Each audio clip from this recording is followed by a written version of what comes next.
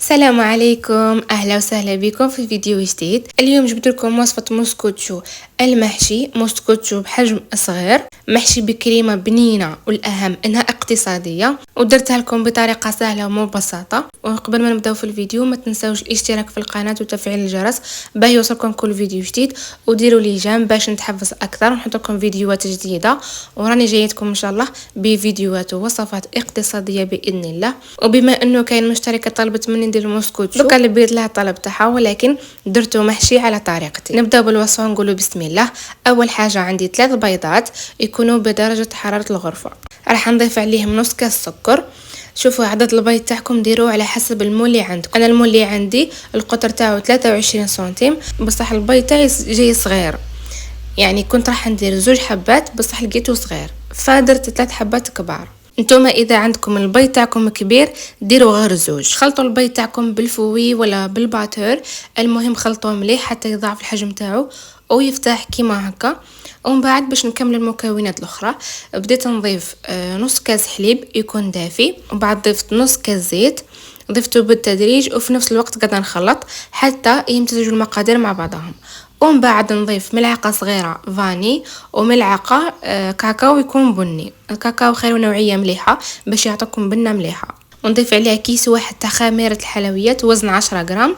وبالنسبه للفارينه بديت نضيف فيها بالتدريج الفارينه على حسب النوعيه اللي عندكم. الفارينه انا عندي تاع سوسيمي تاع 5 كيلو، ضفت في الاول كاس كامل والكاس الثاني درت منه غير نص، وقعدت نخلط ونشوف اذا القوام اذا مازال خفيف نكمل هذاك النص كاس، اذا صارت حصلت على قوام المطلوب ما نكملش الكاس. يسمى الفارينه ضيفها بالتدريج، في الاول ديروا كاس كامل والكاس الثاني ضيفوه بالعقل. هذا الفارينه النوعيه تاعها تشرب، انتم قدر النوعيه اللي عندكم ما تشربش، يعني قاعده تديلكم من كاس ونص حتى 2 كيسان. المهم هذا هو القوام المطلوب، هذا هو القوام اللي لازم تحصلوا عليه، لازم يكون ثقيل باش تنجح معاكم الموسكوتشو. هذه الموسكوتشو صار لها كيما الجينواز تاع اللاير كيك. يعني اللاير كيك حنا الجينواز تاع اللاير كيك لازم تكون ثقيله باش تطلع معنا في الفور وما تطيحش. هكاك الموسكوتشو لازم القوام تاعها يكون ثقيل.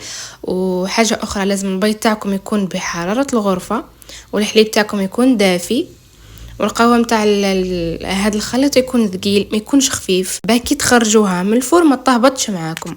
كان ياس اللي ما تصلحش معاهم المسكوتشو، اللي تهبط معاهم واللي تفسد ومن بعد يقولوا المشكل راهو في الفور. هو لا، راهو في الجينواز. بعد كي تخلوا القوام تاعها خفيفه تبان لكم باللي راح تطيب خفيفه، من بعد كي تخرج بصح هي العكس ما راحش تطلع اصلا معاكم.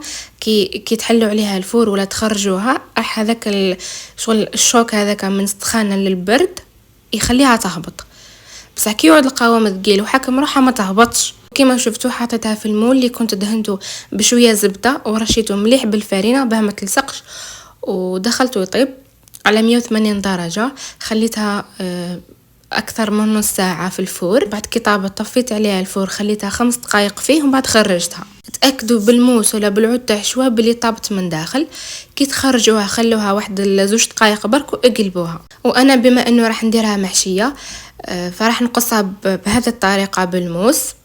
نحي هذيك الجينواز ولا هذيك المسكوتشو كامل اللي في النص، بصح ما راح نقسمها حتى لتحت، نقسم غير الطبقه الوسطانيه برك قسمه ندير الحشو. اما اذا نتوما ما حابينش ديروها محشيه خلوها كيما راهي هكا. هكا راهي مليحه. زينوها بوش حبيتو من الفوق بالكونفيتور ولا بالسكر ولا بالشوكولا، المهم هكا تاني راهي بنينه وراح تجيكم خفيفه. دوكا نكمل نحي هذا المسكوتشو كامل ونروح نوجدوا الحشو مع بعضنا. راح ندير كاس شونتيي مع كاس ماء بارد مع علبه ياغورت كريم ديسير، نخلطهم مليح بالباتور. القوام هذا لازم يكون متماسك. هذا مكان هذا وش فيه الحشو.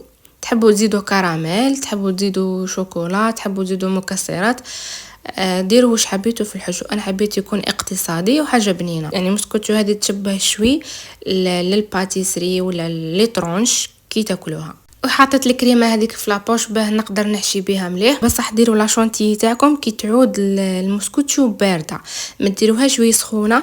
اذا درتوها وهي سخونه راح تذوب لكم داخل المسكوتشو.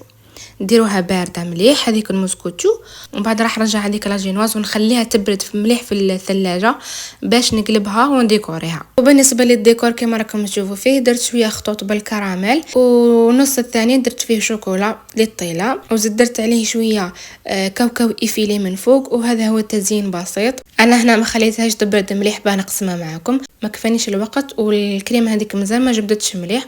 شوفوا القوام تاعها كيفاش خفيفه هذيك الموسكوتشو، والكريمه اعطتها بنه مش نورمال. تقدروا ما ديروهاش محشيه، تاكلوها كيما راهي. وباش تنجح معكم هذه الوصفه مليح تبعوا برك نصائح اللي نمدها لكم، انه الفايده والسر راهو في النصائح ما راهيش في الوصفه. كامل عندنا وصفات وعندنا مقادير في الدار، بصح هو ديما السر في طريقه التحضير والنصائح اللي نمدها لكم. ان شاء الله تكون عجبتكم وصفه تاع نهار اليوم، ان شاء الله تجربوها. اكتبوا لي تاني في التعليقات واش راكم حابين ندير لكم. دوكا نقول لكم تهلاو في رواحكم وباي.